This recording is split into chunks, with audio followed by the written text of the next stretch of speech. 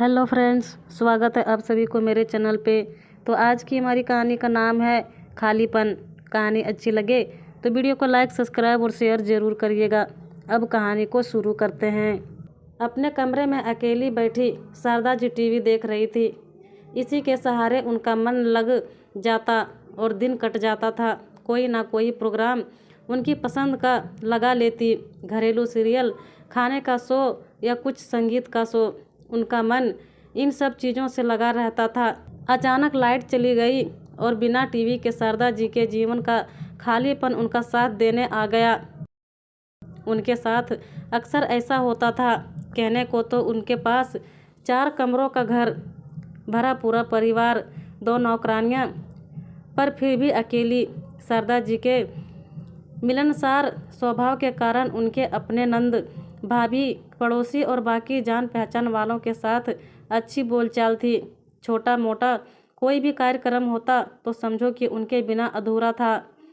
उनको पूजा पाठ, लेन देन का जितना ज्ञान था वो उनको पूरी ईमानदारी के साथ सामने वाले की मदद के लिए इस्तेमाल करती।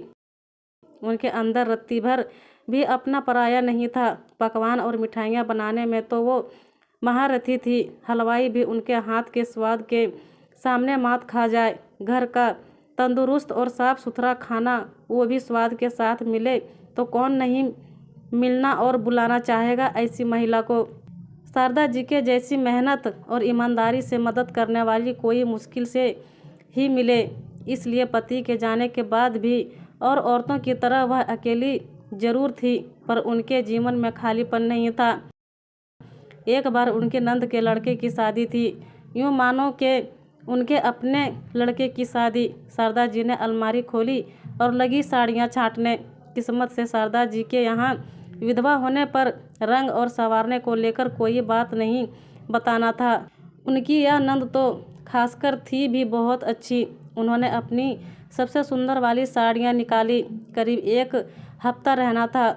उसी हिसाब से उन्होंने अपना सामान लगाया। साड़ी के मैचिंग ब्लाउज, जूड़ा क्लिप, लाल रंग की छोटी बिंदी, हल्के रंग की लिपस्टिक और काजल रखा। कान, गले और हाथों में तो वह हमेशा से ही सोने के जेवर पहनती थी। शादी में भी वो यही पहनने वाली थी।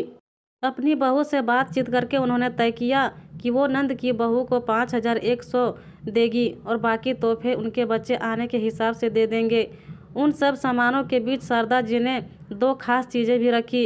एक तो उनके गानों की किताब, जो शादी वाले घर में ढोलक की थाप पर वो गाने वाली थी। दूसरी चीज़ थी उनके पति का पहला तोहफा, उनकी सोने की लंबी चेन जिनमें हीरे का पेंडेंट पड़ा था। अपना सामान लेकर शारदा जी समय से तैयार बैठी थी। नंद का बेटा राहुल गाड़ी लेकर आया था अपनी प्यारी मामी को ले जाने। उसने बहुत प्यार और सत्कार के साथ अपनी मामी को गाड़ी में बिठाया। घर पहुंचते ही नंद और बाकी सबके चेहरों पर मुस्कान आ गई। ऐसा लगा मानो अब कोई परेशानी नहीं, सब काम आराम से हो जाएंगे। परिवार में करीब हर आदमी चाचा जी की बहुत इज्जत करता था और बहुत मानता था। सबकी जिद पर बहुत वक्त बाद उन्होंने मेहंदी भी लगवाई। बहुत ही सुंदर दिखते थे उनके हाथ। शादी के घर में 1 हफ्ता कैसे बीता पता ही नहीं चला। वापिस में शारदा जी को उनके नंद ने बहुत धन्यवाद दिया, साड़ी और नगद देकर आंसुओं से विदा किया। इसी तरह कभी किसी के कीर्तन, शादी, जन्मदिन आदि कार्यक्रमों में शारदा जी आती जाती रहती। 4 दिन प्रोग्राम की भागदौड़, 2 दिन पहले तैयारी में और 2 दिन बाद की थकावट में निकल जाते और उनका वक्त कट जाता। पर वक्त हमेशा एक सा नहीं रहने वाला था। कोरोना नाम की ऐसी जानलेवा बीमारी आई कि कई घरों में लोगों से उनके अपने बिछड़ गए जो कभी वापस नहीं आने वाले थे। उसी बीमारी के चलते शारदा जी की सबसे प्यारी नंद और पड़ोस की सहेली उनका हमेशा के लिए साथ छोड़ गई। सबसे बड़ा गम इस बात का था कि वह उनको अंतिम समय में देख भी नहीं पाई। कोरोना की वजह से सबका घर से निकलना बंद हो गया था। ना कोई कहीं आ सकता, ना जा सकता। वो भी बेचारी घर में कैद हो गई। कभी कभार फ़ोन पर किसी से बात कर लेती, पर आखिर कितनी मिलने जुलने की कमी फ़ोन से तो पूरी नहीं हो सकती थी। उसी बीमारी को जाते करीब 2 साल से ऊपर लग गए। तन से थोड़ी पर मन से वह पूरे तरीके से थक चुकी थी। एक अजीब सा खालीपन उन्हें घेरने लगा था। बच्चे अपनी तरफ से टाइम निकालकर उनसे बातें करते, सिनेमा या होटल भी ले जाते, पर अपने संगी साथी के जाने का दुख और उम्र की लाचारी ने शारदा जी को एक कमरे में समेट कर रख दिया।